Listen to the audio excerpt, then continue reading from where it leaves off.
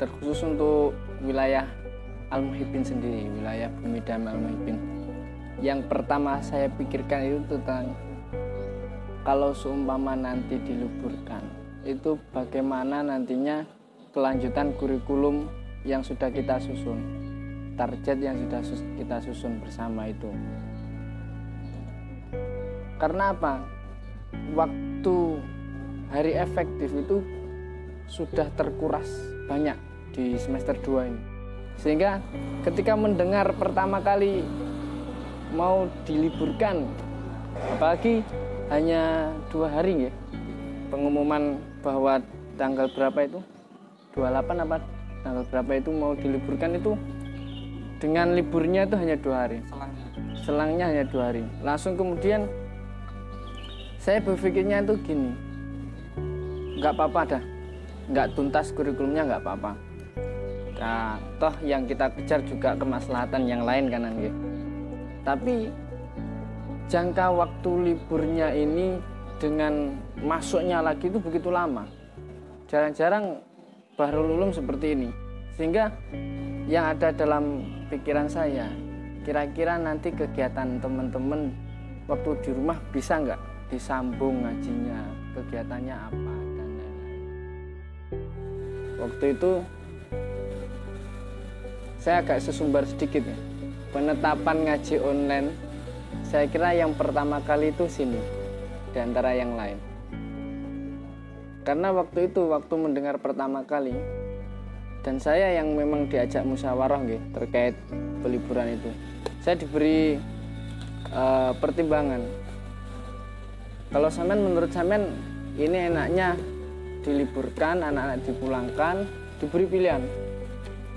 Waktu itu saya milih tetap di sini. Teman-teman tetap di sini sampai Ramadan. Tapi kemudian saya berpikir, loh, kalau teman-teman tetap di sini sampai Ramadan, ya nanti kalau memang wabahnya itu Ramadan semakin surut.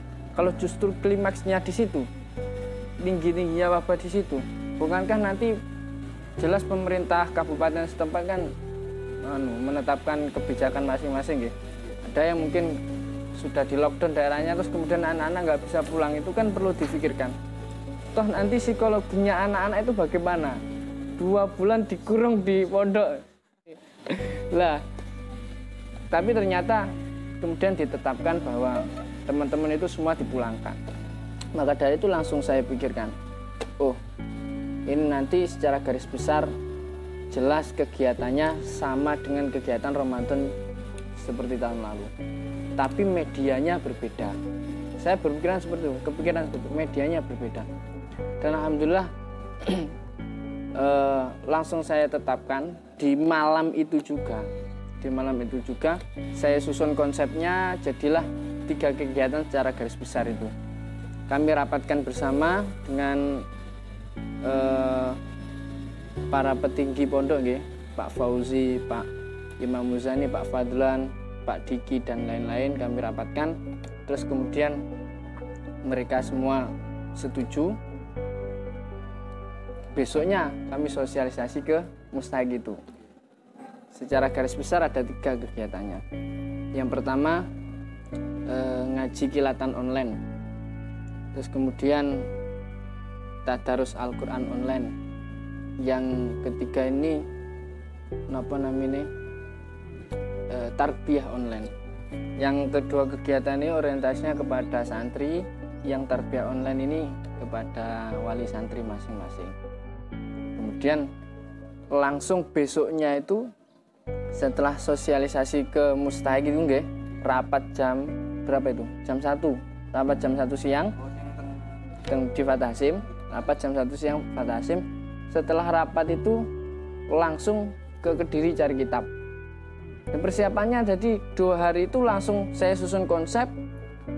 Malamnya saya rapatkan bersama petinggi pondok, Litbang, badan Litbang itu apa? Penelitian dan pengembangan. Kemudian disetujui, besoknya kita rapatkan bersama Mustahik Mudaris. Terus setelah itu saya sama Pak Alvin langsung ke Kediri cari kitabnya, dari kitab yang mau dikaji di Ramadan online, sehingga pulangnya anak-anak itu rapi semua. di rumah mereka tidak cari kitabnya masing-masing.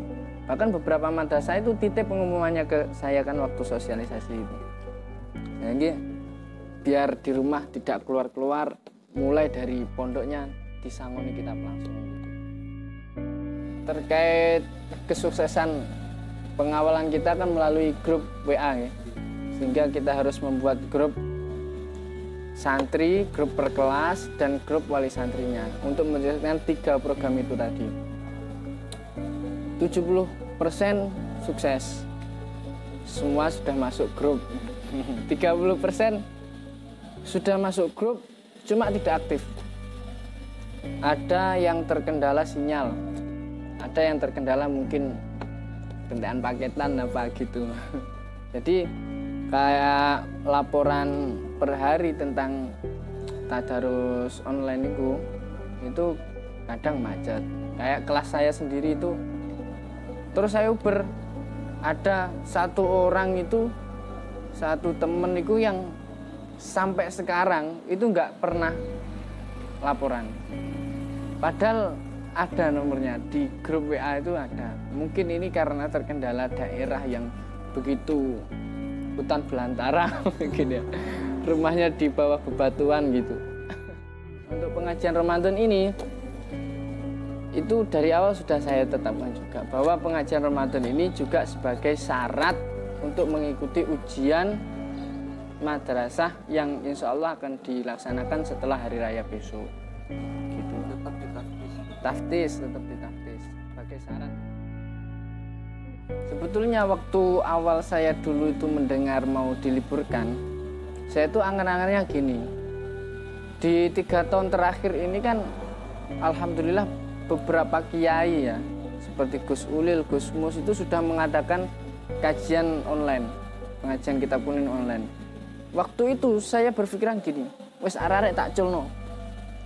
Yang mau ngaji ke Gus Ulil monggo, yang mau ngaji ke Gus Mus monggo, yang mau ngaji ke siapa monggo. Karena di 3 tahun ini Facebook, YouTube itu sudah diramaikan dengan pengajian online para kiai-kiai pesantren.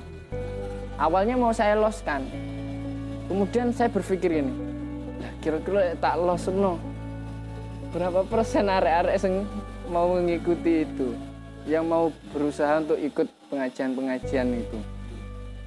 Kalau nggak saya tetapkan, saya wajibkan ini, kira-kira sedikit sekali yang mengikuti. Sehingga saya tetapkan, saya wajibkan.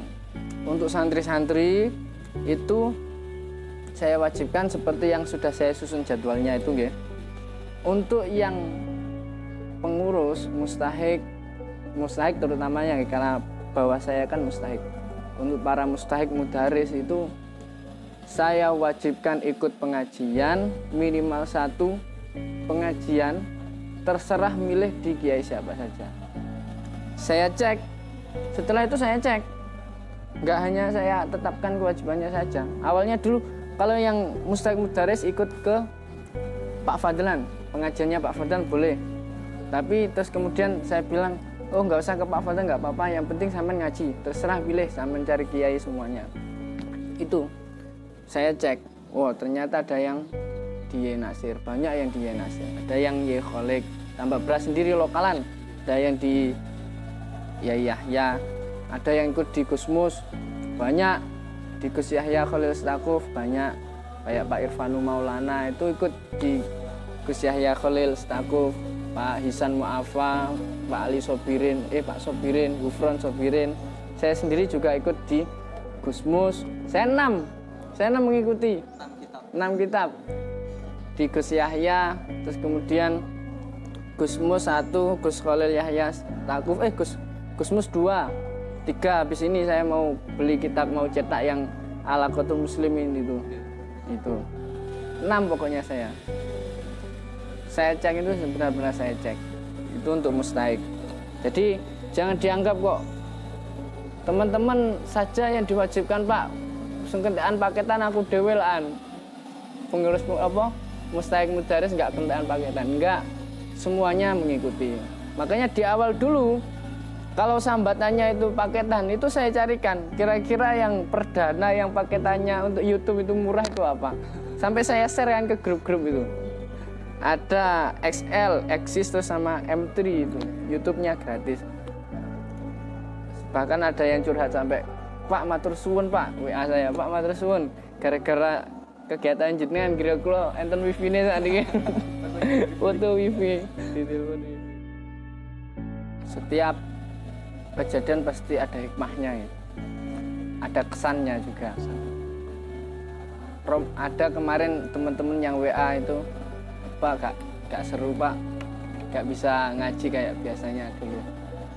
Setiap keadaan itu pasti ada kesannya.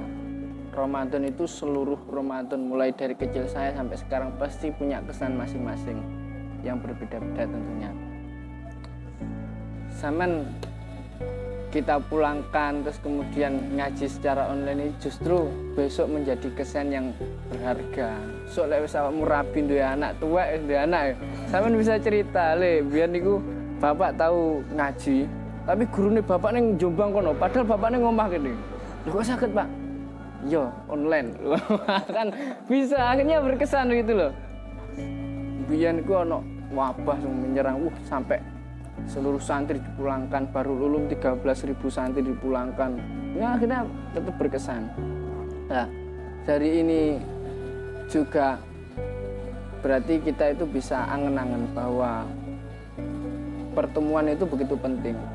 Maka ketika besok di pondok, manfaatkan pertemuan sampean dengan guru sampean itu sebaik-baiknya.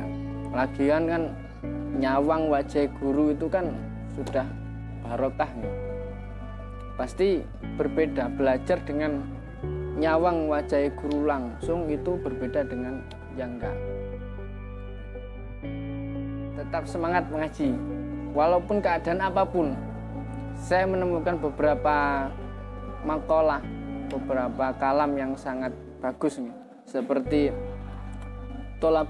utlubul ilma walau bainaka wa bainaha bahrun minan nar. Tuntutlah ilmu walaupun antara rumahmu, antara tempatmu dengan tempat ilmu itu terbentang lautan api. Tetap disuruh untuk menuntut ilmu. Itu untuk mencari faedah ilmu itu banyak sekali. Bahkan satu ulama itu saking agar setiap detiknya itu mendapatkan faedah ilmu, itu pas waktu di WC itu nggak mau ketinggalan mendengarkan ilmu.